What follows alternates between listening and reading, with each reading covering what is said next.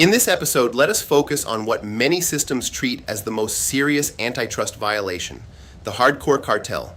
The OECD has described hardcore cartels as agreements among competitors to fix prices, rig bids, restrict output, or divide markets, and has treated them as the most egregious violations of competition law. A hardcore cartel is, in simple terms, a form of collusion among competitors. Instead of competing, firms coordinate. They may fix prices, divide markets, restrict output, or rig bids. That is why cartels are treated so severely. They allow rivals to behave like a single monopolist, raising prices, reducing choice, and harming consumers. In the United States, the legal basis is Section 1 of the Sherman Act, which prohibits every contract, combination, or conspiracy in restraint of trade. In practice, the clearest hardcore cartel forms are price fixing, market allocation, output restrictions, and bid rigging. And this is the sentence that matters here.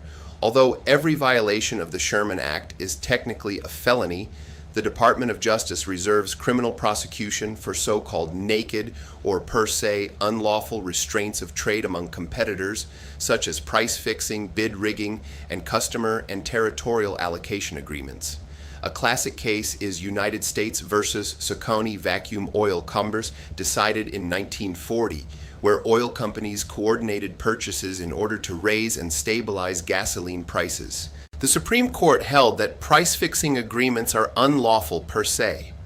In the European Union, the same logic appears in Article 101 of the Treaty on the Functioning of the European Union. That provision prohibits agreements and concerted practices that have as their object or effect the restriction of competition, and it expressly mentions conduct such as fixing prices, limiting production, and sharing markets or sources of supply. A leading example is the trucks cartel. In 2016, the Commission recorded the trucks case in its cartel cases and statistics materials as a case in which truck producers were fined $2.93 billion for participating in a cartel.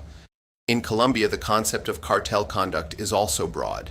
Article 45 of Decree 21-53 of 1992 defines an agreement as any contract, covenant, arrangement, concerted practice, or consciously parallel practice between two or more firms. In simpler terms, Colombian law recognizes three practical ways in which collusion may appear: an express agreement, a concerted practice, or a consciously parallel practice.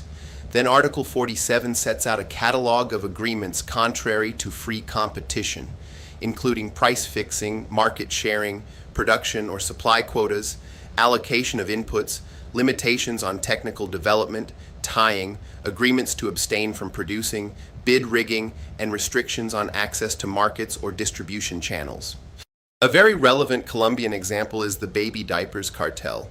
The SIC confirmed sanctions against Tecnoquímicas, Familia, and Kimberly, as well as several senior executives, for fixing the price of disposable baby diapers in Colombia for more than a decade, from 2001 to 2012.